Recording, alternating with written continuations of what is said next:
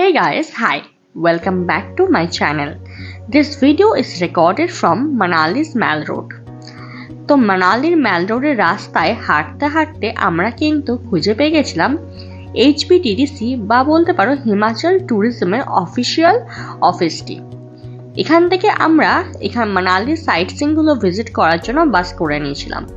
যেহেতু এই ট্রাভেলে আমি আর সোমনাথ একাই ট্রাভেল করছিলাম, আমাদের কোনো রকম গ্রুপ ছিল না, তার জন্য একটু খরচা বাঁচানোর জন্য আমরা এই ধরনের সরকারি যে সমস্ত সংস্থা আছে সেই সমস্ত সংস্থার হেল্প নিয়েছিলাম ঘোরার জন্য।